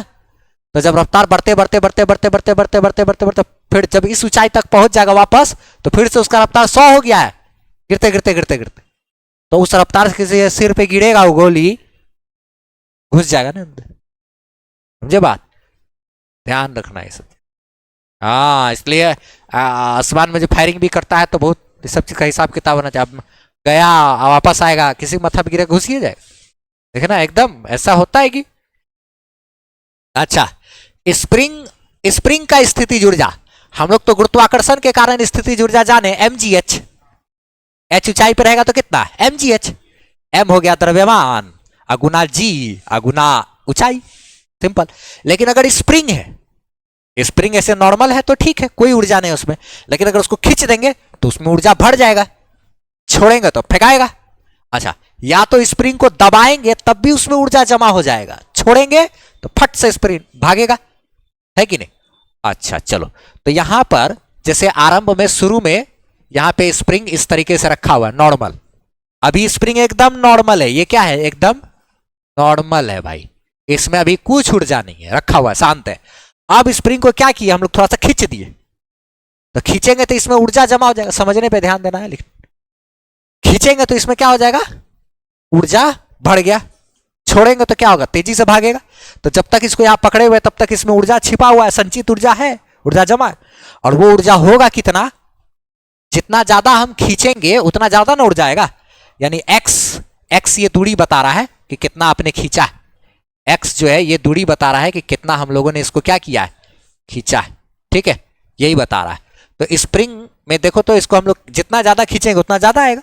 अच्छा, स्प्रिंग में जो ऊर्जा जमा होता है उसका मान होता है 1/2 गुना के इंटू एक्स स्क्वायर। एक्स तो मेरा क्या चीज को दर्शाता है, यहां से यहां तक का दूरी। अच्छा ठीक है, उसके बाद ये जो के है, ये के निर्भर करता है इस बात पे कि स्प्रिंग कितना कड़ा है या कितना मुलायम है उस पे, और वो स्प्रिंग का नियतांक रहता है, उसका मान कभी सवाल में दिया रहेगा। ये वाला टॉपिक का काम 12th में नहीं, इसका काम है 12th में, हमको पढ़ाते समय इसको 12th में हम इस्तेमाल करेंगे, 12th के लिए VBI है, ये फॉर्मूला है, 12th VBI है, ये वाला जो फॉर्मूला है 12th में बहुत इंपॉर्टेंट है, इसका हम लोग इस्तेमाल इस पेज का इस्तेमाल करेंगे। ये जो डेफिनेशन है, परिभाषा है, ये परिभाषा भी 12th में काम आएगा, ये भी 12th में के लिए VBI है, ये परिभाषा भी 12th में काम आएगा, ठीक है। लाइन आ रहा है, एसी चल रहा है, सब बंद कर दिया गेट। तो ये देखो, ये भी गेट तो बंद करते हैं ना। अच्छा, तो ये फॉर्मूला भी, ये जो बात लिखे ना हम लोग, किया गया कार्य ही स्थितिज ऊर्जा का रूप लेता है, ये भी काम आएगा 12th, डिस्कस करेंगे इस पर। अच्छा, उसके बाद ये वाला टॉपिक में क्या जाने, एक्स खींचेंगे तो इसमें स्थितिज ऊर्जा कितना आएगा, 1/2 गुना के का मान दिया रहता है सवाल में, वो स्प्रिंग का जो नियतांक है वो सवाल में दिया रहेगा, 11th वर्ग के लिए चीज है ये। और एक्स क्या है, यहां से कितना इसको खींचे उसका स्क्वायर करेंगे तो आ जाएगा हाफ के एक्स स्क्वायर। इसका 12th में नहीं है काम, चलो कोई नहीं। आगे अगर स्प्रिंग को हम दबाते हैं, कितना दबाते हैं भाई, मान लिया जाए एक्स दबाते हैं इसको, ये जो था ना नॉर्मल लंबाई, इससे कितना किए हैं, एक्स दबा दिए, तब भी उसमें जो ऊर्जा आएगा हाफ के एक्स 1/2 के एक्स स्क्वायर। एक्स तो जानते हैं हम लोग कि कितना दबाएं या कितना खींचे, साधारण बात है, लेकिन के जो है ना वो स्प्रिंग का नियतांक है। कभी अगर सवाल में पूछा कि ऊर्जा कितना होगा तो के दिया रहेगा, के हमको बताता, अगर के स्प्रिंग बहुत ज्यादा हार्ड है ना तो के का मान ज्यादा होता है, अगर मुलायम है स्प्रिंग नॉर्मल है एकदम तो के का मान कम होता है। के एक्चुअल में क्या है वो अभी अगला पेज पे हम लोग जानेंगे भी, के एक्चुअल में क्या होता है, असल में जिंदगी में वो चीज है क्या। ये के स्प्रिंग का नियतांक है, यदि स्प्रिंग कड़ा होगा तो के का मान ज्यादा होगा, अगर स्प्रिंग यदि और स्प्रिंग को यदि आराम से खींच पा रहे हैं, स्प्रिंग को आराम से खींच पा रहे हैं यानी मुलायम है स्प्रिंग, तो के का मान कम होगा। स्प्रिंग बल वाला पेज पे अभी हम लोग जानेंगे कि के का मतलब क्या होता है। देखो इसके बाद स्प्रिंग का बल, स्प्रिंग जो है बल कितना लगाता है, जैसे अगर हम लोग किसी स्प्रिंग को खींचेंगे तो क्या होगा, स्प्रिंग भी तो वापस खींचना चाह रहा है। अगर हम, ये नॉर्मल स्प्रिंग है, अगर इस स्प्रिंग को हम इधर खींचेंगे तो स्प्रिंग बल का दिशा इधर होगा। हम वस्तु को, स्प्रिंग लगा हुआ है, स्प्रिंग में लगा हुआ वस्तु इधर खींचे तो स्प्रिंग क्या चाहेगा, उधर खींचना। अच्छा ठीक है, अगर हम दबाएंगे तो स्प्रिंग किधर धकेलेगा, इधर। अगर हम दबाएंगे भी तो स्प्रिंग इधर धकेलेगा। अच्छा, जैसे यहां पर इसको दबा रहे हैं तो स्प्रिंग बल की दिशा क्या है, इधर है, उल्टा उल्टा उल्टा। अच्छा, तो स्प्रिंग का जो बल होता है ना, स्प्रिंग बल का मान होता है माइनस के एक्स। माइनस क्या बता रहा है, उल्टा दिशा को, ये उल्टा दिशा को बता रहा है, ये उल्टा दिशा को बता रहा है। ये चीज है 12th में, थोड़ा सा 12th में है ये 12th में भाई। ये के एक्स, एगो मशीन के बारे में पढ़ाते हैं हम लोग 12th में चैप्टर नंबर 4 में, उसका नाम है गैल्वेनोमीटर। हाँ, गैल्वेनोमीटर जो होता है उसमें एगो क्वाइल लगा रहता है स्प्रिंग वाला, ऐसे कांटा घूमता है उसका, वो पढ़ाते समय हम लोग के एक्स लिखते हैं। हाँ, के एक्स लिखते हैं, इसीलिए ये स्प्रिंग बल इंपॉर्टेंट है, important for 12th chapter number 4। 12th का चैप्टर नंबर 4 में इसका काम पड़ेगा, ठीक है। हाँ, तो के का मान क्या हो गया, के तो वही बताएगा कि स्प्रिंग हार्ड है कि कड़ा कि मुलायम है, गुना क्या एक्स, मतलब जितना एक्स खींचेंगे उतना ज्यादा बल लगेगा, और बल हमेशा है, माइनस का मतलब उल्टा दिशा। हाँ, अगर हम इसको इधर खींचेंगे तो बल उधर लगेगा, स्प्रिंग का बल, और अगर हम इसको दबाएंगे तो स्प्रिंग का बल के एक्स, के एक्स, के एक्स, के एक्स, के एक्स, खाली ध्यान रखना है के एक्स, ठीक है। क्या लगता है बल, के एक्स, हाँ माइनस के एक्स। अच्छा, यहां पर अगर,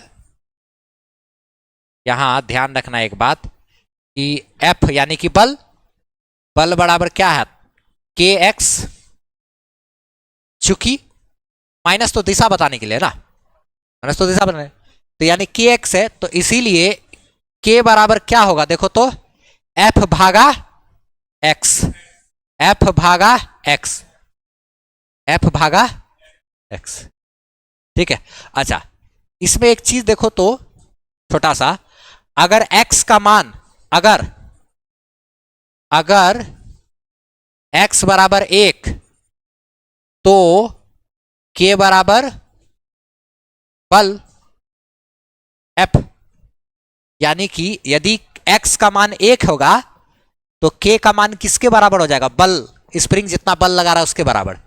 यानी कि जो k है वो क्या है, यदि किसी स्प्रिंग को हम 1 मीटर खींचे, x बराबर 1 मीटर खींचे, तब स्प्रिंग जितना बल लगाएगा वही बल की मात्रा k है, वही बल की मात्रा k को दर्शाता है। इस x के जगह पे क्या करेंगे 1, तो ये k किसके बराबर हो जाएगा, बल के बराबर। यदि किसी स्प्रिंग को जब 1 मीटर लंबाई से खींचते हैं तब स्प्रिंग जितना बल लगाता है वही क्या है, k है, वही k।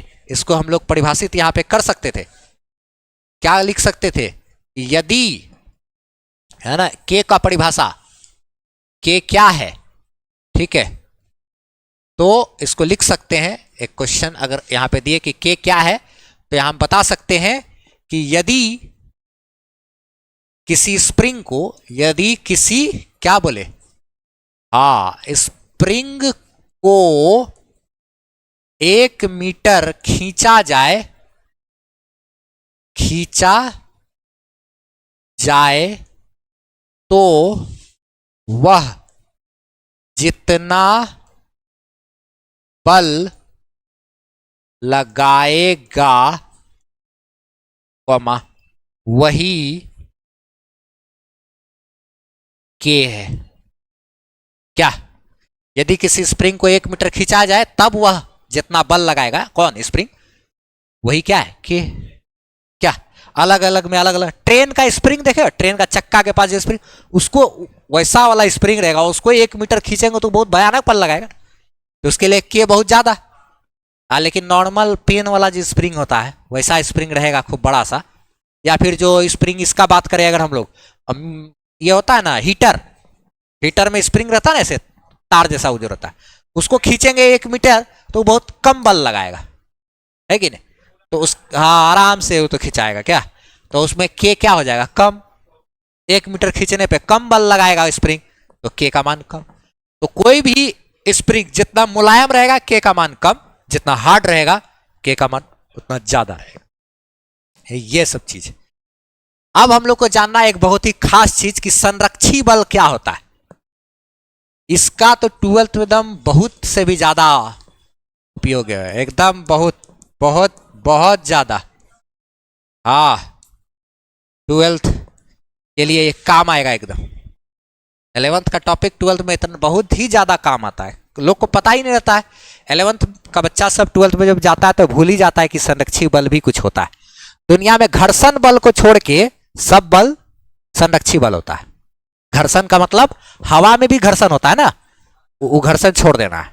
कोई वस्तु पानी में चल रहा है तो पानी और नाव का सतह के बीच में जो घर्षण होता है वो घर्षण बल को छोड़ देना है, बाकी सब बल संरक्षी बल है। संरक्षी बल देखो क्या क्या होता है, ऐसा बल जो किसी, बहुत मजेदार चीज है, कोई ऐसा बल जो किसी वस्तु में ऊर्जा संरक्षित कर दे, ऐसा बल जो किसी वस्तु में ऊर्जा जमा कर दे उसको संरक्षी बल कहते हैं। एकदम साधारण भाषा में इसका बात कर रहे हैं लोग। इसका बहुत और भी होता है, round trip journey, work done zero, खैर हमको ध्यान देना, एकदम साधारण भाषा में समझना है संरक्षी बल क्या होता है।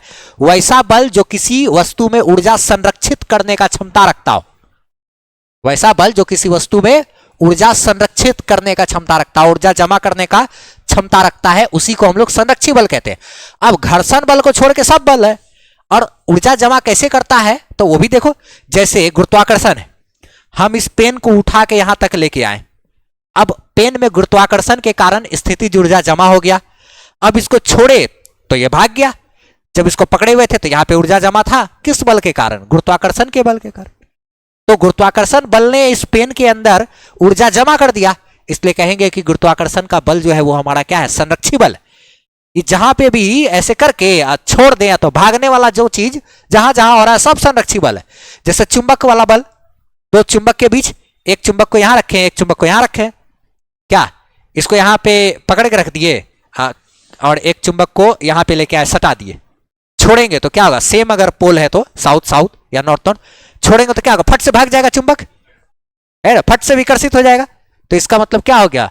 यहां पे एक चुंबक था मान लो रखा हुआ, एक दूसरा चुंबक को यहां पास में लेकर के आए, दोनों का नॉर्थ नॉर्थ सामने में था, ठीक है, तो इसको पकड़े हुए हैं और इसको यहां लेके आए हैं, तो इसमें ऊर्जा जमा हो जाएगा, छोड़ेंगे तो फट से भागेगा क्या? अच्छा, आवेश में भी होता है, एक आवेश को यहां पकड़े हुए हैं, दूसरे आवेश को यहां पे लेकर के आए, पकड़े हुए हैं तो ऊर्जा जमा है, छोड़ेंगे तो फट से भागेगा। उत्प्लावन बल देखो, पानी में भी होता है ना, बॉल को डुबा दिए, पकड़े हुए तो ऊर्जा जमा है, छोड़ेंगे तो फट से ऊपर भाग जाएगा। यही चीज गैस वाला बलून जो होता है, वो गैस वाला बलून ऊपर की तरफ क्यों जाता है? वो भी उत्प्लावन बल के कारण जाता है। हवा जो है भारी गैस है, उससे हल्का गैस यानी कि हाइड्रोजन भरा जाता है बैलून के अंदर। बलून के अंदर हाइड्रोजन गैस को भर देंगे अगर, तो हाइड्रोजन गैस को भरने के बाद छोड़ देंगे तो हाइड्रोजन गैस हवा से हल्का होता है। हवा में तो ढेर सारा गैस है, ज्यादातर मात्रा में कार्बन डाइऑक्साइड, नाइट्रोजन भी है, कार्बन डाइऑक्साइड है क्या, और उसके बाद ऑक्सीजन है, ढेर सारा गैस है। तो वो सारा गैस सब हाइड्रोजन से भारी होता है, हाइड्रोजन सबके तुलना में हल्का होता है। तो हाइड्रोजन हल्का होता है, उसका घनत्व तो कम होता है, तो वो क्या होता है? हाइड्रोजन बलून में भर देंगे तो ऊपर की तरफ उड़ जाता है। उत्प्लावन बल के कारण बलून को पकड़े हुए तो ऊर्जा जमा, छोड़े भाग गया। उत्प्लावन बल, चुंबकीय बल, विद्युत बल, गुरुत्वाकर्षण का बल, ये सब है। हाँ, हवा में तो उत्प्लावन बल ही ना लगा। यानी कि ऐसा समझो ना कि एगो बलून यानी कि बॉल हवा में डूबा हुआ है, छोड़े तो ऊपर, जैसे बॉल के तरफ पानी बाल्टी में पानी भर दिए, बॉल को डुबाते छोड़ते तो फट से ऊपर भागता है, क्या? उत्प्लावन बल के कारण होता है। तो ये सब जगह हमारा ये क्या काम कर रहा है? ये संरक्षी बल। तो ध्यान रहे, हम लोग बात करेंगे 12th में जब पढ़ेंगे तब पूछेंगे कि दो चुंबक के बीच लगने वाला बल कैसा है? संरक्षी बल है। दो आवेश के बीच लगने वाला बल संरक्षी बल है, ठीक है। तो ये सब चीज हम लोग ध्यान में रखेंगे। यदि कोई बल किसी वस्तु में स्थितिज ऊर्जा संरक्षित करने की क्षमता रखता है, यदि कोई बल किसी वस्तु में स्थितिज ऊर्जा संरक्षित करने का क्षमता रखता है, छोड़ने पे फिर भाग जाए, जमा क्षमता रखता है, तो उसे संरक्षी बल कहेंगे। जैसे गुरुत्वाकर्षण का बल, चुंबकीय बल, विद्युत बल, उत्प्लावन बल, स्प्रिंग बल, सब सब सब सब बातें खत्म हो गया। घर्षण को छोड़ दो, सब बल संरक्षित कर देना, जमा कर देना, स्टोर कर देना, सही बात। दुनिया में घर्षण बल को छोड़ के सब संरक्षी बल है, बस यही समझ लो, सिंपल भाषा में एकदम, है कि नहीं? अने यादों रहना चाहिए ना, विद्युत बल वगैरह सब कुछ। ये 12th में बहुत काम आता है, लोग भूल जाता है, क्या करें, भूल जाता है। तुम लोग भी भूलिए जाओगे, इतना तो पता, सब भूल जाता है जी। यांत्रिक ऊर्जा के लिए संरक्षण का सिद्धांत, यांत्रिक, लास्ट टॉपिक अभी का। देखो इसके बाद हम लोग को शक्ति पढ़ना है, पावर, है ना। कार्य ऊर्जा और शक्ति है ना चैप्टर। अच्छा, तो यांत्रिक ऊर्जा के लिए संरक्षण का सिद्धांत क्या है? ये देखो, ये भी काम का चीज है, थोड़ा सा अच्छा चीज है।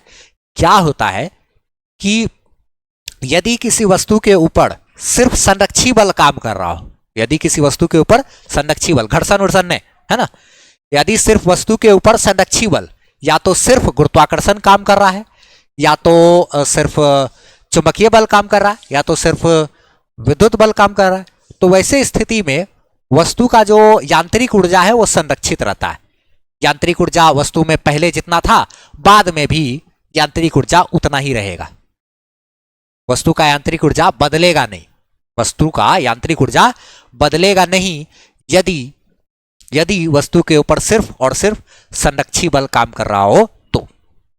अब क्या इसका मतलब हुआ, इसको समझते हैं। क्या इसका मतलब हुआ?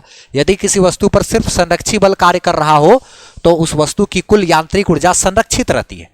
कुल यांत्रिक ऊर्जा जो है बदलता नहीं है, कुल यांत्रिक ऊर्जा जितना था उतने रहेगा। मतलब इसका देखो, जैसे उदाहरण के लिए जमीन की ऊंचाई से किसी वस्तु को यहां पे रखे हुए हैं h ऊंचाई पे, तो अभी इसके पास जो कुल यांत्रिक ऊर्जा है वो क्या है? देखो तो ये रुका हुआ है ना,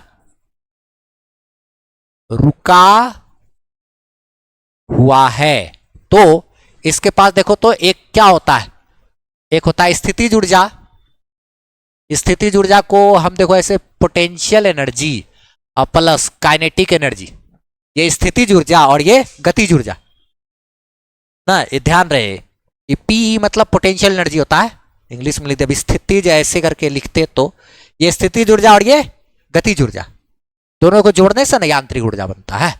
तो अभी ये आई का मतलब होता है शुरू में, इनिशियल, स्टार्टिंग में, शुरू में अभी इसका स्थितिज ऊर्जा और गतिज ऊर्जा का मान कुल टोटल जितना है, जब ये नीचे आएगा तो अब भी इसमें स्थितिज और गतिज ऊर्जा का मान कुल उतना ही रहेगा। जैसे मान लीजिए इसके पास अभी क्या है ऊर्जा, देखो तो mgh है प्लस काइनेटिक एनर्जी तो नहीं है ना, मान लिया जाए इस mgh का मान 100 जूल है।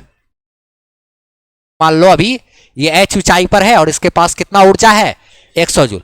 जब ये नीचे 100 जूल का क्या है इसके पास, पोटेंशियल एनर्जी यानी स्थितिज ऊर्जा है, 100 जूल का स्थितिज ऊर्जा है। जब वस्तु को छोड़ देंगे तो ये वस्तु नीचे गिरेगा, तो जब वस्तु नीचे गिरेगा, बहुत खास बात ध्यान देना, जब वस्तु नीचे गिरेगा तो वस्तु का ऊंचाई तो कम होता जाएगा, तो वस्तु का ऊंचाई कम होगा, h कम होगा, तो स्थितिज ऊर्जा कम होगा और इसका रफ्तार बढ़ेगा, यानी कि इसमें गतिज ऊर्जा बढ़ेगा। स्थितिज ऊर्जा कम होगा और गतिज ऊर्जा बढ़ेगा। तो ये जितना नीचे जब गिरने लगेगा ना, तो इसका जो स्थितिज ऊर्जा है वो गतिज ऊर्जा में बदलने लगेगा। स्थितिज ऊर्जा कम होगा और गतिज ऊर्जा बढ़ेगा, लेकिन टोटल मिला के 100 जूल रहेगा।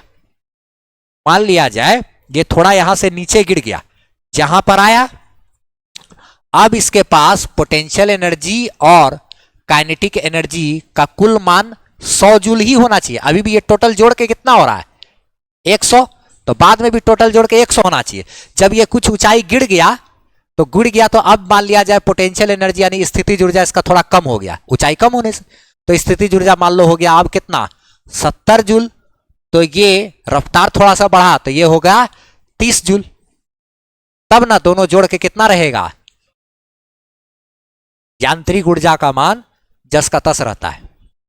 अभी इस पे कौन सा बल कार्य कर रहा है, सिर्फ गुरुत्वाकर्षण, हवा वगैरह को हटा दिए, यानी कि जो उसका कुल यांत्रिक ऊर्जा है वो सुरक्षित रहेगा, यही कहना चाह रहे थे।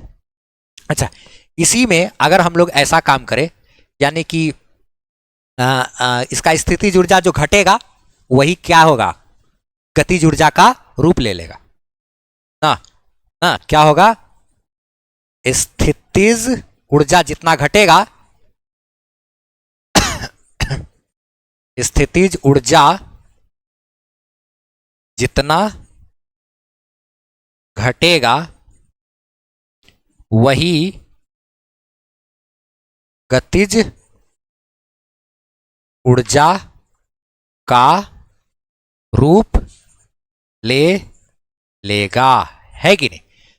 जब ये नीचे गिरेगा तो इसका स्थितिज ऊर्जा क्या होगा, कम होता जाएगा और गतिज ऊर्जा बढ़ता जाएगा। तो जितना स्थितिज ऊर्जा में, गतिज ऊर्जा में, स्थितिज ऊर्जा में जितना कमी होगा, गतिज ऊर्जा में उतना बढ़ोतरी होगा, है कि नहीं। सेम यही उदाहरण यहां पर भी है। अगर कोई वस्तु को नीचे से ऊपर फेंक दिए खूब रफ्तार में, जैसे गोली मारे ऐसे, ऊपर गया, तो जब तक ऊपर जाएगा में जाएगा, फिर जाके वापस आएगा उसी रफ्तार से। हमें कहना यही चाह रहे हैं कि जब वस्तु नीचे से ऊपर जाएगा तो क्या होगा, वस्तु को जब नीचे से ऊपर फेंकते हैं तो ऊपर जाता है तो उसका ऊंचाई बढ़ता है, ऊंचाई बढ़ने से उसका स्थितिज ऊर्जा क्या होगा, कम होता जाएगा, ज्यादा होगा स्थितिज ऊर्जा, ऊंचाई बढ़ेगा। कोई वस्तु नीचे से ऊपर जा रहा है तो उसका स्थितिज ऊर्जा बढ़ रहा है, लेकिन धीरे धीरे उसका रफ्तार भी तो कम होगा, यानी गतिज ऊर्जा उसका क्या होगा, घटेगा, और स्थितिज ऊर्जा बढ़ेगा। तो जब वस्तु यहां पर से ऊपर जाएगा ना, क्या होगा, स्थितिज ऊर्जा, ऊंचाई ऊपर उठेगा तो स्थितिज ऊर्जा बढ़ेगा ना, ऊर्जा बढ़ेगा, बढ़ेगा और स्लो होगा ना, तो और गतिज ऊर्जा घटेगा, गतिज ऊर्जा घटेगा ना, यही होगा क्या, यही सब बात हम लोग को ध्यान रखना है।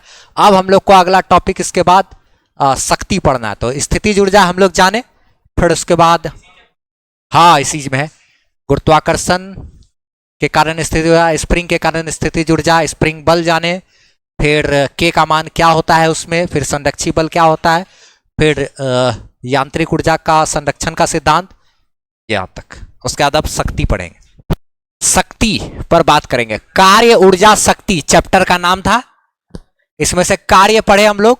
कार्य में दो चीज जाने जो बहुत इंपॉर्टेंट था, कि अगर अचर है बल यानी कि बदल नहीं रहा तो एफ एक्स कॉस थीटा, और चर है बल तो इंटीग्रेशन लगाते थे। और कार्य हो गया था ऊर्जा का ढेर सारा प्रकार, उसमें यांत्रिक ऊर्जा हुआ करता था। अब हम लोग जानेंगे शक्ति के बारे में। कार्य करने का जो दर है उसी को शक्ति कहते हैं। जो जितना जल्दी कार्य कर लेगा उतना ज्यादा उसका शक्ति हो गया। कोई अगर एक घंटा में, एक घंटा जैसे मान ले कोई 60 सेकेंड में 600 जूल काम करता है, तो हर एक सेकेंड 10 जूल कार्य करता है, 10 जूल पर सेकेंड उसका क्या हो गया, ये शक्ति हो गया। जैसे सुने होगे मोटर घर में लगा रहता है, 1 HP का मोटर, आधा HP का मोटर होता है ना, सबका अपना अपना क्या है, शक्ति है। तो कौन कितना समय में प्रति सेकंड जो जितना ज्यादा कार्य कर सकेगा वो उसका शक्ति को दर्शाता है। जैसे 1 सेकंड में कोई 3 जूल कर सकता है तो 1 सेकंड में कोई 10 जूल कर सकता है, तो सबका अपना अपना शक्ति है। तो कार्य करने का जो दर है, कौन कितना जल्दी कर लेता है, कौन कितना समय लगाता है, वही चीज क्या चीज को दर्शाता है, शक्ति को, पावर को। कार्य करने की दर को शक्ति कहते हैं। 9 क्लास में ये सब है। शक्ति बराबर कार्य भागा समय। शक्ति का और कार्य का विमा अलग अलग होता है, बदलते नहीं रहता है, अलग अलग होता है, वो भी देखेंगे अभी हम लोग, उसी के लिए जगह छोड़े। शक्ति बराबर dw/dt यानी कि कार्य भागा समय। जैसे v बराबर dx/dt पढ़े थे हम लोग चैप्टर नंबर 2 में। अगर कोई x का समीकरण, दूरी का समीकरण दिया रहे, समय के साथ उसको अवकलन करते थे तो वेग मिलता है। उसी तरह से ये होता है, जैसे कि dw/dt यानी अगर कार्य का समीकरण दिया हुआ रहे समय के साथ, उसका अगर अवकलन कर देंगे, डिफरेंशिएशन कर देंगे, तो हमको शक्ति का इक्वेशन मिलेगा।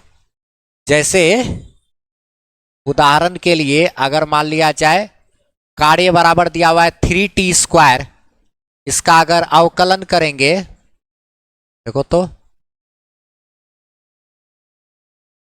अवकलन अगर करेंगे इसका, तो dw/dt बराबर, इसका पावर आगे आता है। अवकलन कैसे करते हैं, पावर आगे लाते हैं, पावर में से 1 घटाते हैं, 2 आगे आएगा, 2 में से 1 घट जाएगा, तो 3 दूना 6, t का पावर 2 में से 1 गया 1, तो dw/dt यानी p बराबर क्या, 6t। अगर हमको पूछ देगा, इसमें समय दिया रहेगा, मान लिया जाए अगर अगर 5 सेकंड पे, अगर t बराबर 5 सेकंड पर शक्ति पूछता है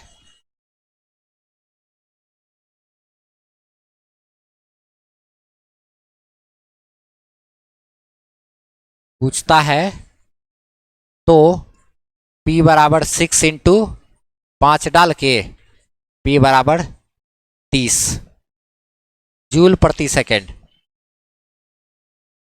इसका मात्रक। शक्ति का मात्रक क्या होगा? देखो, जैसे चैप्टर नंबर 2 में पढ़े थे वेग के बारे में, अगर x का t के साथ समीकरण दिया था, उसका डिफरेंशिएशन अवकलन किए तो v का समीकरण आता था, उसमें समय डालते थे तो v निकलता था। वैसे ही कार्य का समय के साथ दिया रहेगा, उसको अवकलन करेंगे उसका, तो पावर का, शक्ति का समीकरण मिलेगा, उसमें टाइम डालेंगे तो शक्ति मिल जाएगा। 5वां सेकंड पर शक्ति क्या है, ये सब तो थोड़ा कंपटीशन लेवल का चीज हो गया। नॉर्मल जो हमको जनरल कंपटीशन में कहीं काम आता है या 12th में जो काम आएगा वो यही काम आएगा, शक्ति बराबर कार्य भागा समय। और ये फॉर्मूला भी याद रखना, ये 12th में आता है, 12th में है चैप्टर नंबर 3 में, 12th में चैप्टर नंबर 3 जो है वहां पर कार्य भागा समय बराबर क्या, शक्ति, dw/dt। शक्ति का मात्रक JULE, जूल प्रति सेकंड, या वाट भी होता है, ये SI मात्रक, SI मात्रक है ये दोनों हमारा SI मात्रक। अच्छा, इसका प्रैक्टिकल यूनिट भी है, हॉर्स पावर यानी कि HP। कई कई बोलते हैं ना प्रैक्टिकल यूनिट, इसका शक्ति का जो मात्रक हॉर्स पावर भी होता है, HP। 1 HP का मोटर, आधा HP का मोटर लोग लगाते हैं ना घर में, हाँ वही चीज। तो इसी में एक बात ध्यान रखना, 1 HP बराबर, वेरी गुड, 746 वाट होता है, या 1 HP बराबर 746 जूल प्रति सेकंड भी कह सकते हैं। जूल प्रति सेकंड को ही वाट बोला जाता है। तो 1 HP बराबर 746 वाट, यानी 1 HP का मोटर है, यानी 746 वाट का मोटर है। हाँ, आधा HP का है तो 350, और उधर बाकी 46 का आधा 23, 373। तो शक्ति हो गया, कार्य करने की दर को शक्ति कहते हैं। आगे एगो लास्ट चीज है, थोड़ा सा संघट, अच्छा लिखना ना बाद में। संघट क्या होता है, यानी कि कोलिजन, टकराव, दो वस्तु का टकराना। अगर दो वस्तु टकराता है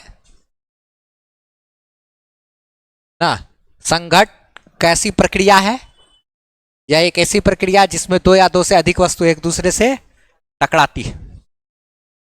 जब यह घटना होता है तो इसमें दोनों वस्तु द्वारा एक दूसरे पर लगाया जाने वाला बल आंतरिक बल कहलाएगा, और दोनों वस्तु एक दूसरे पर एक समान बल लगाएगा। ये दोनों एक दूसरे से टकराएगा तो ये जितना उस पर बल लगाएगा ये भी उस पर उतना ही बल लगाएगा, न्यूटन का तीसरा गति का नियम से।